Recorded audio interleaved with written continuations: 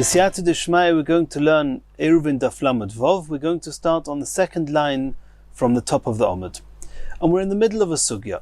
We saw in the Mishnah on daf lamed hey Omid aleph that if you have a sofik, if an Eruv is valid or invalid, then we saw that Reb Meir holds that it's called chamar gamal, which means that you have to be more stringent. You have to be cautious that the Eruv is possibly not valid. And Rabbi Yossi says, as with Reb Shimon, says that Sofik Eruv is kosher. That if you have a doubt whether the Eruv is valid or not, you can be lenient and assume it's valid. However, in the Mishnah we saw in Daf Lamed Hey Amud Beis, if somebody who was Tomei went into the mikveh, and we have a Sofik, a doubt as to whether his Tvila was a good Tvila or not, for different reasons we saw there, then it depends. If he was Tomei min ha-Torah, and now we don't know if he became Tohir, he's still Tomei. However, if he was only Tomei midirabonon, as we saw on Daf Lamed Hey Amud Beis, then according to Rabbi Yossi, we saw over there, Rabbi Yossi said, Metamei, even if it's only midirabonon, not like Reb Meir. Reb Meir said the Sofik is Tohir. Rabbi Yossi said the Sofik is Tomei, even though it's a Sofik in Derabonons. And the question is, the Gemara is now asking, this seems to be a contradiction between Tvila Derabonon that Rabbi Yossi is Machmir, and Tchumin Derabonon where Rabbi Yossi is Mekel. Says the Gemara, Kashya de Rabbi Yossi as de Rabbi Yossi. How are we going to explain the seeming contradiction with Rabbi Yossi? Answers the Gemara, Omer Rav Huna bar Chinino, Shani Tuma Hoil V'yesh Lo Ikur Min HaTorah. Regarding Tvila, which is Tumah, even though he's Tumah midirabonon, but Tomei, this concept of Tumah and Tara, is one which has a basis in the Torah, and there are many types of Tomei min ha-Torah, and therefore, even though it's a Sofik, in this particular case that he was Tomei midirabonon, we don't want people to become lax with the halachas of Tvila, and therefore he was Machmir. However, in the case of Tchumin, we assume that it's Durabonon, and you can be Mekel. Asks the Gemara, Shabbos nami doiraisahi. Do we not hold that Tchumin is min ha-Torah? We saw there's an opinion of Rabbi Akiva that says Tchumin is min ha-Torah, and others who hold Tchumin is min ha-Torah. Does Rabbi Yossi not hold that Tchumin is min ha-Torah? In which case, if you have a Sofik, whether the Tchum is valid, it should be l'chumra, not l'kula, as he says in the Mishnah. Answers the Gemara, Kasav Rabbi Yossi, Tchumin derabonon. Rabbi Yossi holds Tchumin is derabonon, and it's not like Tumah that's derabonon that could easily get confused with Tumah min ha-Torah. Tchumin has got nothing to get confused with. It's true that there are malachis, activities that are osor on Shabbos min ha-Torah, but they are very, very different from Tchumin. Tchumin is just about walking outside the certain boundary, outside a certain distance from the city or from where the person was at the onset of Shabbos. That's not a concept that will easily be confused with other malachas, and therefore Rabbi Yossi says, since Tchumin is derabonon, if you have a Sofik, you can be Mekel. That was one explanation to explain the contradiction between Tvila and Tchumin, that Tchumin is midirabonon and we're Mekel. Tvila is also midirabonon, but we're Machmir in order that we should not get confused with those Tumayis that are min ha-Torah. There's another way of explaining the contradiction. Hardi day, harder rabbi. In the case of Tumah, where Rabbi Yossi is Machmir, Rabbi Yossi holds that even a Sofik, which is Derabonon, he's Machmir. The harder rabbi, this that we saw in our Mishnah, that Rabbi Yossi is lenient with Sofik of Tchumin, that wasn't his own opinion. It was actually the opinion of his Rebbe. Daikanami diktoni, we actually saw in the Mishnah itself, at the end of the Mishnah said, Omer Rabbi Yossi, Avtulmos Heid Mishum Chamishaz Kenim. Avtulmos was a Rebbe of Rabbi Yossi, and it was Avtulmos who attested to the fact, in the name of 5 sages, 5 elders, that Sofik Eruv is kosher, but it was not Rabbi Yossi's own opinion. Daikanami diktoni Omer Rabbi Yossi Avtulmos Heid Mishum Chamishaz Kenim Shesofik Eruv kosher. So you see that the Mishnah that Rabbi Yossi was Mekel, he was more lenient, was not his own opinion, it was the opinion of his Rebbe, Shema Mina, and that's how we've explained the contradiction. Continues the Gemara, Rava Omar, a third explanation to explain how the two opinions of Rabbi Yossi are not a contradiction. Hossam, in the case of Tvila that we go l'chumra, Hainu Tama de Rabbi Yossi. The reason that Rabbi Yossi is machmir is Hamed Tuma al Choskosei va'ema loy toval. We know that the person before he immersed in the mikveh, or before he was supposed to immerse in the mikveh, he was definitely tomei.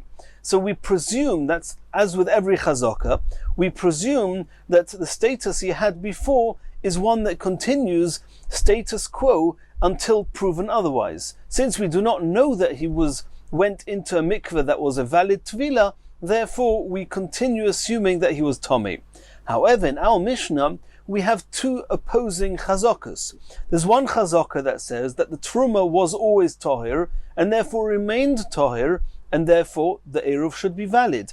However, there's another chazaka there, a chazaka that says that, as Rashi calls it, Hamed Odom al Cheskas Tchum Beisoi. Because let's remember, how does Tchum work? Reuven is in his home, A. He wants to travel to B, which is 4,000 amos away. So what he does is, he's only allowed to travel 2,000 amos. He sends a shliach. If he goes himself, then he doesn't need an eruv. Then he doesn't need an eruv. We'll explain in a moment. But he sends a shliach. The shliach goes to C, which is in between A and B, which is less than 2,000 amos from A. He puts some food down representing Reuven, who lives in A and is presently residing in A, and putting food there with the intention that Reuven should acquire residence for Shabbos where his food is, and then he can continue and go. Reuven can then go from A to B, which is less than 2,000 amos, and continue from A to C, and then continue from C to B, which is again less than 2,000 amos. However, this person, the person who's needs the eruv, where is he now? Now he's in A. He's not at C. We say that we make an eruv, we send an eruv, and then, so to speak, he acquires residence where his food is. But where is he? He's at home and in A. So there's a certain chazaka presumption that he is residing where he actually is present at the beginning of Shabbos, not where his food is. So if you know that his food was a valid eruv, then the halacha is, we assume that he's residing, or we give him the status as if his residence is where the food is. But if we don't know if the eruv is valid, then there's a chazaka that says that his residence is where he's actually in person. Obviously, if Reuven went himself to see at the onset of Shabbos, then that's his place of residence in most basic terms. You don't need an eruv for that. It's only the chiddush of eruv is that even though Reuven is in A, he can send food to C that's representing him as if his residence is at C. So coming back to eruv, you have a contradicting chazaka. There's one chazaka, a presumption that says that a person's residence is where he is, at home, at A, and then the eruv is not assumed to be valid. On the other hand, you have a chazaka that the truma that he used for the eruv was tohir and stayed tohir until proven otherwise, which is after nightfall. And then the eruv would be valid. And since you have a contradiction in chazakas, and tchumin is derabanan, we go lekula, we makel.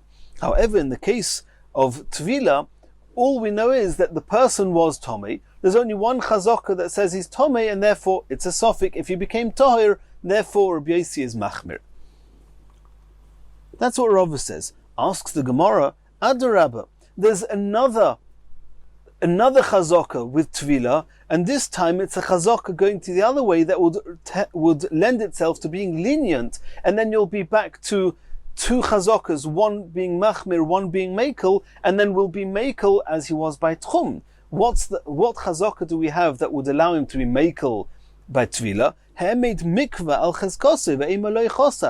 true that the person's status was one of tumah, and it needs to be proven otherwise. But what's our doubt? Our doubt is about the mikveh, whether the mikveh was kosher or not kosher. But the mikveh definitely was once kosher, we just don't know when it became possible. So why don't you assume that the mikveh that had a status of kosher is still kosher? In which case, at least in some of the cases mentioned, it will have a chazaka that says the mikveh was kosher and the tvila was a good tvila. So why are you Rabbi Yossi being machmir? Answers the Gemara, you're right. In the event that the mikveh indeed had a chazaka, had a status of being tahir, as being kosher, then we would take that into account, and the person who has a suffix, if he went into this mikveh before the mikveh became too small, with too little amount of water, then we would be lenient because we have that chazaka. In the event that he was only Tomei midrabanon. But here we're talking about a mikveh that never established its status of being kosher. It was never measured. But mikveh sheloi nimdad, since it was never measured, it never had a status, a clear status of being kosher, and therefore we cannot use that chazaka. So we have a person that was definitely Tomei, and he keeps that status until you can prove that he was tahir. And since we have a suffix about the mikveh, he remains Tomei. That was Rava's explanation why the two rulings of Rabbi Yossi are not a contradiction. Continues the Gemara, Tanya, we learnt in a brisa. Keitzad Omar Rabbi Yossi suffix eruv kosher. We saw in our Mishnah that when you have a doubt whether the eruv is kosher or not kosher, the suffix eruv kosher. Says the Gemara, I'll tell you in what case we're talking about. Irev betruma. If somebody made an eruv with truma that was tahir, suffix mi b'oidyoim nitmeis, suffix mi shechashecho nitmeis. We don't know if the truma became tomei on Friday, in which case the eruv is invalid because truma tamea is invalid for an eruv according to all opinions. And if it became tomei only after chashecha, after nightfall, and the whole time of twilight of bein hashmoshes it was tahir, the eruv is a valid eruv. V'chein peir b'peiris, if you had fruits that were vadai tevel, that they were clearly trumas and maisros had not been taken and were not valid to be used for an eruv. Sofik mi ba'idyoim nitkanu, sofik mi shechashecho nitkanu. We don't know if they became nitkan, which means if trumas and maisros were taken on Friday, in which case the eruv is valid, or if they were only taken after Shabbos, after nightfall, mishachashecho nitkanu, zeu sofik eruv kosher. In these cases you have a sofik, and it's kosher, the eruv is kosher. And we're soon going to see that I can understand if it was truma tahira, we have a chazaka that says it was tahir, therefore sofik eruv is tahir. But if it was tevel initially, which means you cannot use it for an eruv, and now you don't know if when the trumas and maisros were taken, why do we say it's sofik eruv kosher? There you have a chazaka that says that it's tevel, and you cannot use it. The Gemara is about to deal with that. But let's first continue the brisa. Aval irev betruma, sofik tahira, sofik tmea. But if you have truma that in and of itself was a sofik tahir, sofik tomei, it didn't have a cheskas taira to start with. And Rashi says here we're talking about that the eruv itself, that means as he put the fruits down, the truma down for the eruv, it was already a sofik. It's not as if when he put the eruv in place it was tahir, and we don't know if after that at some point it became tomei. That's the first case where we say sofik eruv is tahir. Here we're talking about that when he put the eruv down it was already a sofik, and then we don't use that chazaka. And that's how Rashi learns here, and there's a big discussion why that should be the case. Tosfos has a bit of a different understanding here. Tosfos says sofik taira, sofik tuma means you had two piles of fruits. One of them was vadai truma tahira, the other one was vadai truma tamea. And he doesn't know from which pile he took the food for the eruv. So there you can't use a chazaka. Either way, if you have sofik taira or sofik tuma, v'chein b'peiros sofik nitkanu, sofik lo nitkanu, if you have fruits that the essence of these fruits are that you don't know if they are tevel or not tevel, ein zeh sofik eruv kosher. You cannot rely on, there's no chazakas, and therefore the eruv will not be valid. That's the end of the brisa. Says the Gemara, ma'ishna truma de omrinon heme truma al cheskasa, ve'ema tahirahi. The first case we learnt in the brisa, you had fruits that were or produce of truma tahira. You put it as an eruv. You don't know when it became tomei, so the halacha is it's sofik eruv, and it's tahir. As Rabbi Yossi says in the Mishnah, here the brisa says the same thing, that we assume that it's tahir, or it stayed tahir through bein hashmoshes, and the eruv is valid. Why? Since it was tahir before, we have a chazaka, a presumption that the status of tahir continued until the very last possible moment. So if so, Peiros Nami, the fruits of Tevel, Heme Tevel al Cheskosa, why don't you assume that the Tevel status remained in place until the very last moment, until you know absolutely that Chumas and Maasros were taken? And since you do not know if they were taken during Bein Hashmoshes or before Bein Hashmoshes, Ve'ema lo nitkanu, why over there do you not use the Chazaka to be Machmir? Why is that case also mentioned here that it's Sofik Eruv kosher? Says the Gemara, Lo teima Sofik mib'oidem nitkanu. The word nitkanu means that it was Tevel, and we don't know when it became Mesukkan, when it became fixed, when it became fit, which means Chumas and Maasros were taken. And then the Gemara's got a good question. Why is Sofik Eruv kosher? You have a Chazaka that it's Tevel. Elo'ema, instead of the word nitkanu, you should replace it with a word that's very similar. Sofik mib'oidem nidma'u. Nidma'u means it got mixed in.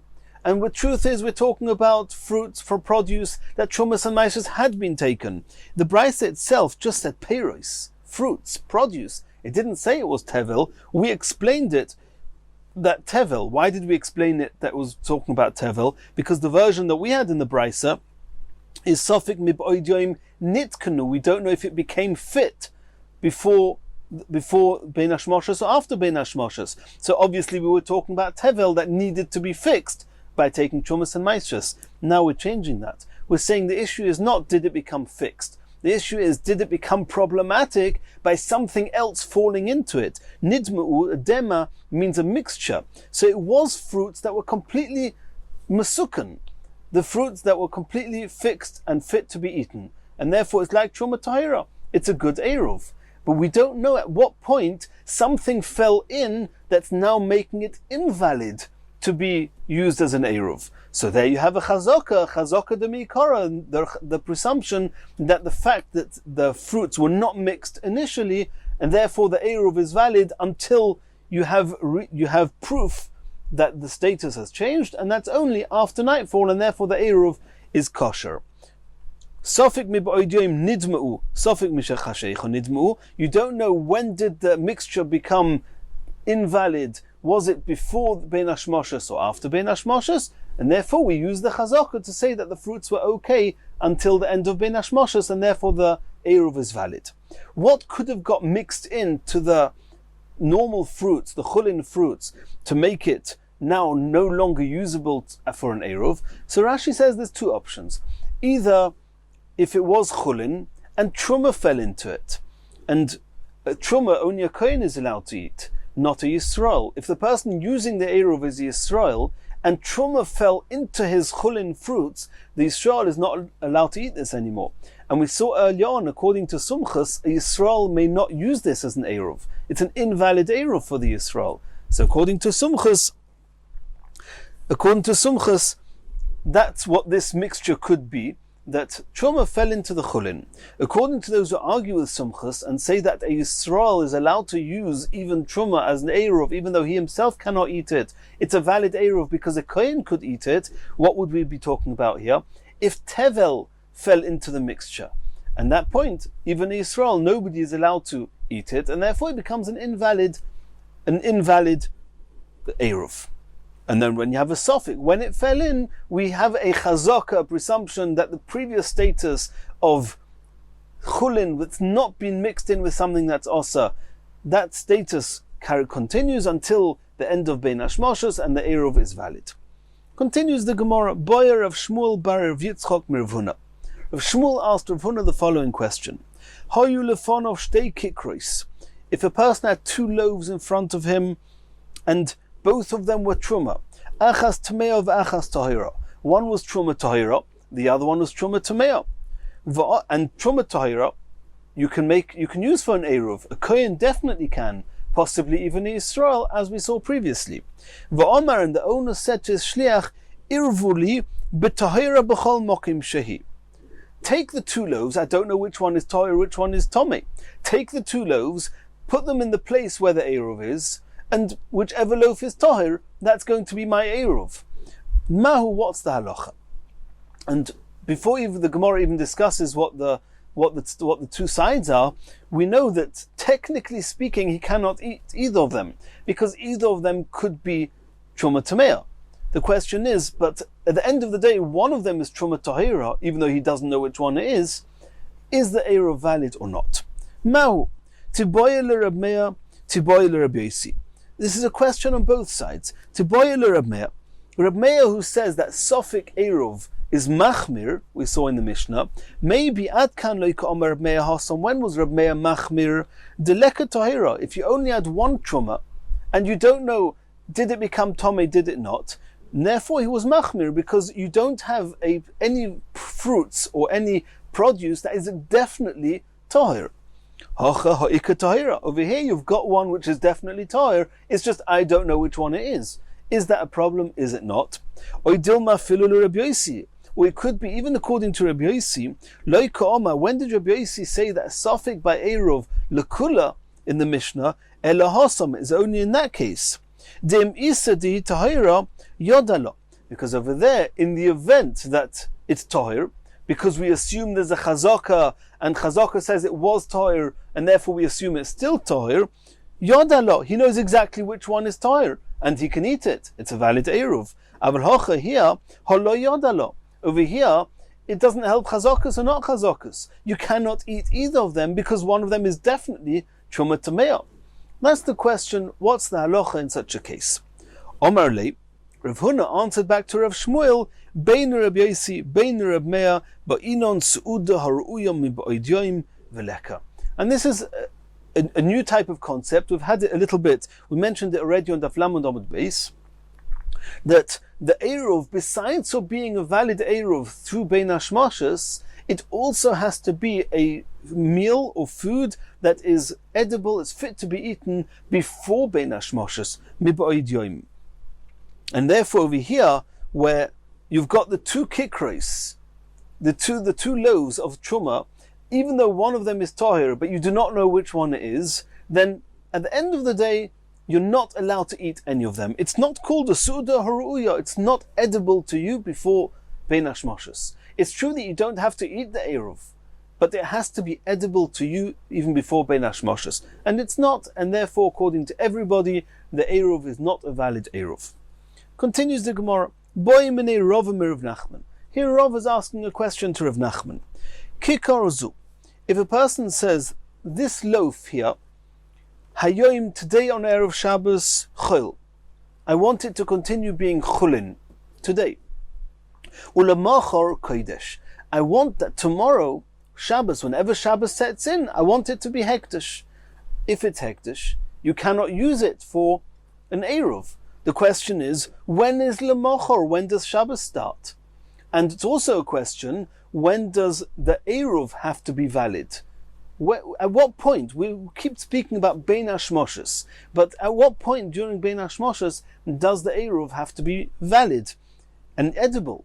All the while that it's Chulin, it's edible. As soon as it becomes Kodesh, it's not valuable. So Kikar Zu Hayoim Choil Ulamachar Kodesh V'Omar, and he says, Irvu li bezeh, I want you to use this for my Eruv. Mahu, what's the halacha? Omalei Eruvoy Eruv. The Eruv is valid, which means that we assume that Lemachor, that tomorrow starts after the Eruv has already become valid. And therefore, once the Eruv became valid, it was still yesterday, so to speak, it was still Chulin, and therefore the Eruv was valid. And tomorrow, when it became Kodesh, it was already after the Eruv was valid, and therefore it's a good Eruv. What's with a different case? An opposite case. Hayoim Kodesh, today is Friday, I want this loaf to be Hektish. Ulamachor, and tomorrow, Chol, whenever tomorrow starts, I want to, there's money I've got in my house, I want the money to redeem the Hektish from this loaf, and I want this loaf to become Chulin. But Omar, and he says, Irvuli bezeh, I want this to be my Eruv. Mahu. What's the halacha? When does tomorrow start? And is the Eruv valid before tomorrow starts? If the Eruv is valid before tomorrow starts, then it's not a good Eruv, because today it's Kodesh. However, if first tomorrow starts and then the Eruv is valid, then it's already Chol, it's Chulin, and the Eruv can be valid. That was the question.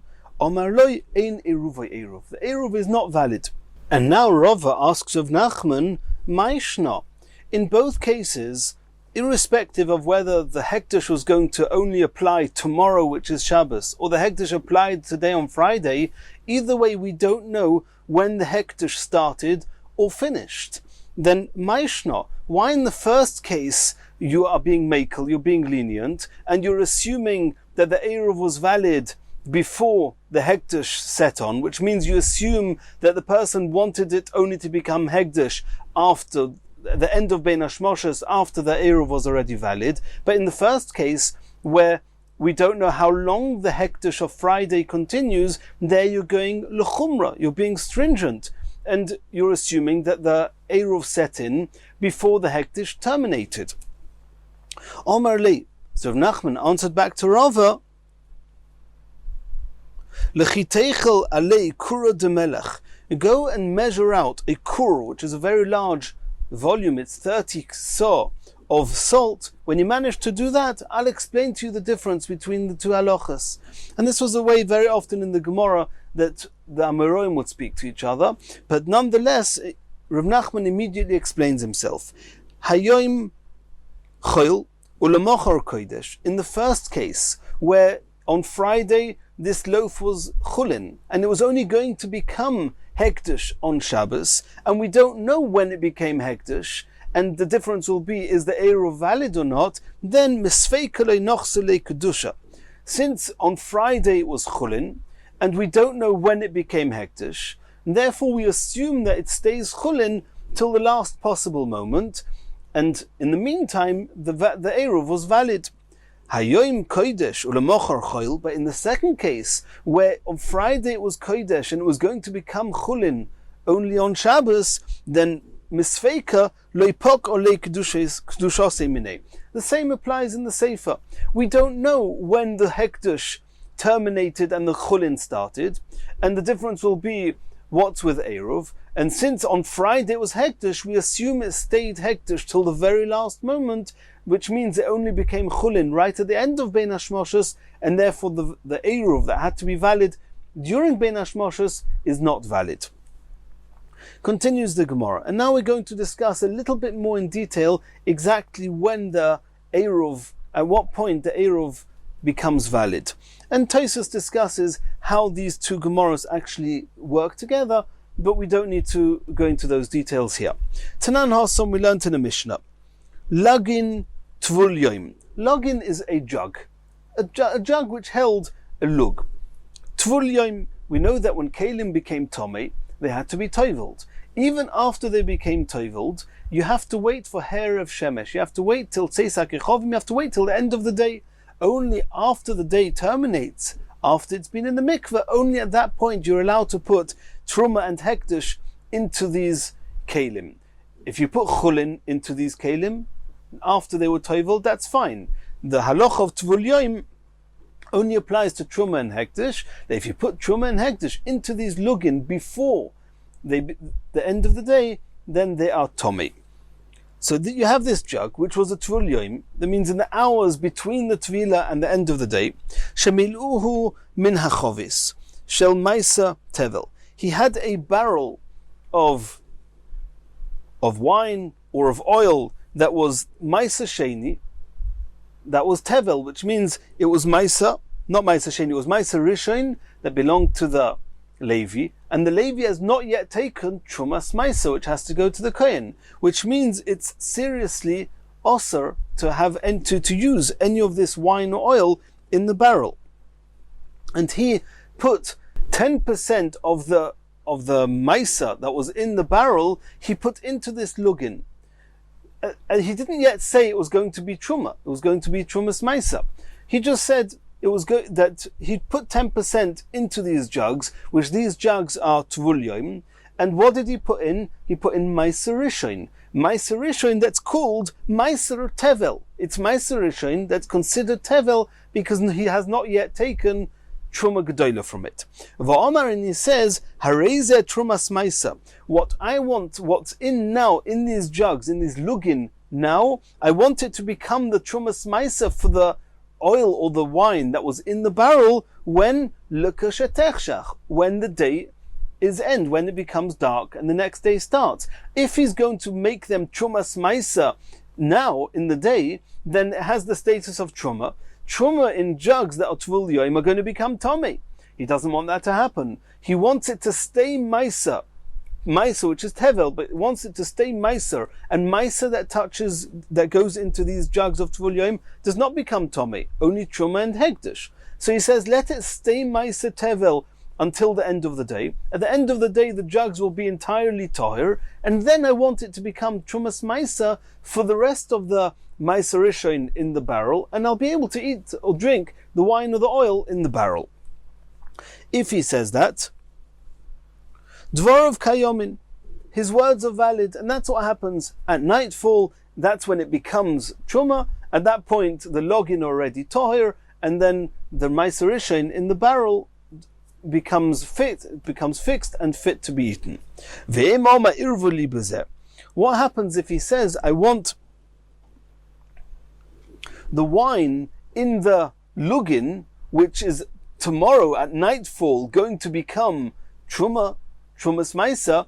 If he says, I want that to be an eruv, either for a kohen or for Yisrael, according to those opinions that Yisrael can make an eruv with truma, he says, I want this to be an eruv. What's the halacha then? Lo omar klum. It's an invalid eruv. Why? Because when did it become truma? It became truma only at nightfall. Until then, it was tevel. And when does the eruv have to become valid? Before it becomes dark. Sometime during Bein Hashmoshes. During Bein Hashmoshes, it will still tevel. And we've already learned previously, if you cannot use tevel for an eruv, because it's not edible to anyone. So that's what we learned in a Mishnah. Omar Rava, so Rava is deducing from here, Zoy Meres, Seif Hayoim Koina Eruv. From the fact that the Eruv was not valid, it seems that the beginning of Bein Hashmoshes, which marks the end of Friday, that's when the Eruv was valid. But however, when does the beginning of Shabbos start? At the end of Bein Hashmoshes. And therefore, it only became Truma at the end of Bein Hashmoshes. At the beginning of Bein Hashmoshes, it was still tevel, and since the eruv had to become valid at the beginning of Bein Hashmoshes, then it's not a valid eruv. If you say the eruv becomes valid at the beginning of Shabbos, which is the end of Bein Hashmoshes, if he says, I want this to be an eruv for me, why is it not a good eruv? By the beginning of Shabbos, it's already become truma. Once it's truma, it's a valid eruv. That was the opinion of Rava. Rava understood that an eruv is koina at the beginning of Bein Hashmoshes. And Tosfos on Amud Aleph explains why the Rava here isn't a contradiction to Rava's question that we saw before. Rava asked of Nachman, but you can look in Tosfos. Omer of Papa argued with Rava and said, "Afilu teimet chilas hayom koina eruv." It could be that when is the eruv valid? At the end of Bein Hashmoshes, not like Rava said. So then you're going to ask, if it's valid at the end of Bein Hashmoshes, and over here, the end of Bein Hashmoshes, it was already truma, it was not tevel anymore. Why is the eruv not a good eruv? Says the Gemara, a concept we saw before. In order for it to be an eruv on Shabbos, it has to be edible before Shabbos. And since before Shabbos it was tevel, it was totally not edible. Therefore, it's not a good eruv. Even though the eruv, in actual fact, only becomes valid at nightfall, and at that point it already should be valid because it's already become truma, it's not tevel anymore. But since it was not edible before Shabbos on Friday, therefore it's not a valid eruv. Continues the next Mishnah. Masne odom al eruvoi va'oimir. A person can make a condition. A tanai is a condition. What condition is he going to make? And let's get back into the geography. Let's get our case straight. We have Reuven, who is now in A. Reuven wants to go to B, which is 4,000 amos away, and he cannot go 4,000 amos. He sends a shliach with some food representing him to C, and that becomes his eruv. And then on Shabbos, in the event that the eruv is valid, Reuven can go from A to B via his place where his food is, C. Now, in actual fact, the way the Eruv works is that we assume his place of residence when Shabbos came in to be where the food is, which is C. That means he cannot go beyond 2,000 amos in any direction from C. His home, A, is at the edge of 2,000 amos in one direction. B, which is his final destination, is 2,000 amos the other direction. He can walk those 4,000 amos. But he cannot go from A to the other side, away from B and C, towards D the other way, because that would be more than 2,000 amos from C, where his Eruv is. That is a regular case. Now what happens if Reuven does not know if he wants to go to B, which is 4,000 amos to the east, or if he wants to go to D, which is 4,000 amos to the west? And if he's going to decide to go to D, 4,000 amos to the west, he's going to have to make an Eruv E, hope we don't get confused, an Eruv E, which is exactly in between, is 2,000 amos between A and D. So if this person doesn't know, does he want to go to B, 4,000 amos to the east, or to D, 4,000 amos to the west, then first and foremost, he has to make two Eruvs. He has to make Eruv C, which is exactly between A and B, and he also has to make an Eruv E, which is on the west, which is exactly between A and D. And now he's got two Eruvs. But you can't have two Eruvs, because an Eruv means that this is where your residence is at the onset of Shabbos. Your residence is either going to be where you are in person, or if you make an Eruv, where your Eruv is. But you cannot have an assumed residence in two places. There's no way you can have two Eruvs at any one time. You cannot have the sentence of your residence, which allows you 2,000 amos in all directions, to be in more than one place. It's either in A, when no Eruv is valid, or it's going to be C, and that allows you to go between A and B, or it's going to be at E, and then you can go between A and D, but not more than that. This person, he knows that there's a Chacham supposed to be coming from the east, from where B is, and he knows that there's a Chacham that he wants to go meet coming from the west, which is where D is, and he doesn't know which Chacham is going to come first. He doesn't know if they're both going to come or only one are going to come. He wants the privilege of being able to choose later. Mvarer, Breira. Breira means to choose. I want to be able to clarify later whether I want to use Eruv C or Eruv E. Can you do that? Says the Mishnah. Masne Adam, a person can make a condition al Eruvai with his Eruv, Omer, and say, Imbo Nochrim, the first case is not the Rebbe coming, the Chacham coming is talking about if Goyim are coming. Imbo Nochrim min Mizrach, if the Goyim are going to come from the Mizrach, which is from the east, Eruvai Lemayriv, he's going to want to run away from them, he's going to want to go to the west, and he wants the west Eruv to be the Eruv. He wants E to be the Eruv to allow him to go from A to D. Min Mizrach, if the Goyim come from the west, Eruvai leMizrach, then he wants the eastern Eruv to be valid to allow him to go from A to B. He wants the C Eruv to be valid. Imbo lekan ulekan, if the Goyim are going to come from both directions, then I want lemokim she'eretz elech. I want the privilege to be able to decide then to either go to the east or to go to the west. Loi bo, loi lekan, v'loi lekan, in the event that the Goyim do not come, not from the east and not from the west, hareini k'bnei iri, then I want A to be my place of residence. I want to have the privilege of 2,000 amos around A, and I do not want C to be my Eruv, and I do not want E to be my Eruv. That's what the Mishnah says. Another case, in Bo Chacham min Mizrach, he makes a condition and says, if the Chacham comes from the Mizrach, from the east, Eruvai leMizrach, I want to go meet him. So if the Chacham's coming from B, I want C to be my Eruv, so I can go from A towards B. Mina Ma'ariv, if the Chacham is coming from the west, and I want to then go from A to D, then I want the E Eruv to be an Eruv. Min ha'mayriv, Iruvoy lemayriv. Ba lekan ulekan, if a chacham comes from both directions, two chachamim coming, one in each direction, lemokim she'eretz ha'elech, I want to be able to decide on Shabbos which one is going to be my Eruv. Lo lekan v'lo lekan, if no chacham comes on Shabbos, hareini k'bnei iri, I want the place where I'm actually residing when Shabbos comes in, I want that to be my residence, no Eruv. That is what the Tanna Kama says. Rabbi Yehuda Omer, im hoyo echod me'en rabbi, if two chachamim come, and we said, according to Tanna Kama says if two chachamim come, he can choose whichever one he wants. Rabbi Yehuda says that's only if neither of them was his Rebbe. Im hoyo echod me'en rabbi, if one of them was his Rebbe, we assume that when he made this condition, then he meant to say that if one was my Rebbe, I want that one to be the Eruv. Then he's only allowed to use the Eruv which is on the side where his Rebbe is coming.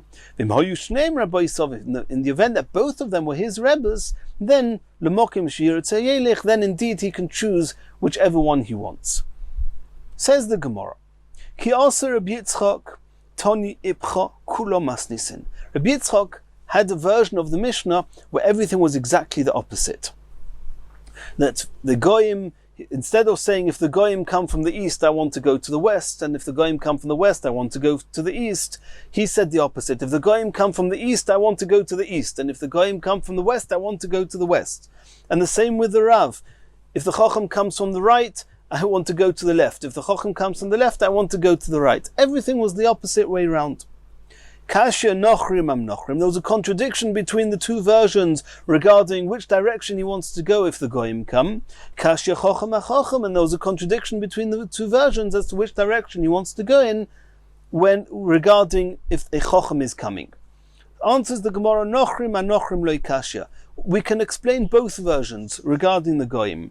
Ha beparaganvno, in the case where there are tax collectors coming, where there he wants to run away. If the tax collectors are coming from the right, he wants to go to the left. If they come from the left, he wants to go to the right.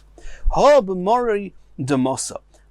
the event that the people, the Goyim who are coming, are the rulers of the city, there he wants to go towards them, either to appeal to them for something, or to appease them, or to protest about something that's going on. He wants to go and meet them.